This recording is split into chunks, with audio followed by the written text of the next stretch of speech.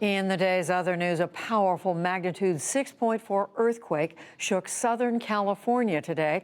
It was the strongest to rock that area in 20 years. The quake was centered in the Mojave Desert near the town of Ridgecrest, about 150 miles northeast of Los Angeles. Emergency crews responded to house fires, damaged buildings, and gas leaks. Multiple injuries were reported. Seismologists in Pasadena warned residents to be on alert for strong aftershocks. There is about a 1 in 20 chance that this location will be having an even bigger earthquake within the next few days, that we have not yet seen the biggest earthquake of the sequence. It's certain that this area is going to be shaken a lot today, and some of those aftershocks will probably exceed magnitude 5, which means they will become damaging. The earthquake forced several California theme parks, including Disneyland, to temporarily close some of their attractions. The tremor was even felt as far as Las Vegas, Nevada. Venezuela's armed forces are sending death squads to murder young men and staging the scenes to look like the victims resisted arrest. That is according to a new report from the United Nations. It said Venezuela's government recorded nearly 5,300 such deaths during last year's security operations. The UN said it was all part of a strategy by embattled President Nicolas Maduro's regime aimed at, quote, neutralizing political opponents. A boat carrying migrants from Libya capsized in the Mediterranean overnight. 82 passengers are still missing and feared dead. The incident happened off the coast of the Tunisian city of Zarzis as the vessel was en route to Europe. The tragedy came a day after a deadly airstrike on a Libyan detention center killed 44 migrants. British Marines in Gibraltar today seized an Iranian oil tanker bound for Syria. It was suspected of violating European sanctions.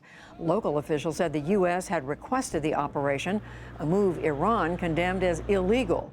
The British territory's chief minister confirmed today's seizure. This action arose from information giving the Gibraltar government reasonable grounds to believe that the vessel, the Grace 1, was acting in breach of European Union sanctions against Syria. In fact, we have reason to believe that the Grace 1 was carrying its shipment of crude oil to the Banyas refinery in Syria. It is believed to be the first time Europe has detained a tanker at sea since it banned oil shipments to Syria in 2011.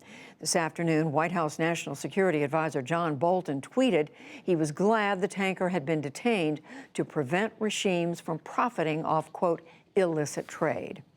Heavy rains that have battered southern Japan for days are starting to let up, but authorities are maintaining evacuation orders for more than 1 million people.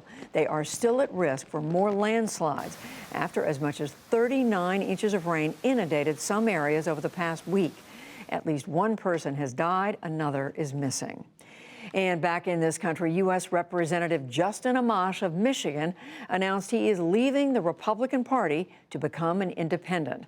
In an opinion article he wrote for the Washington Post, Amash said he was disenchanted that politics are in a, quote, partisan death spiral.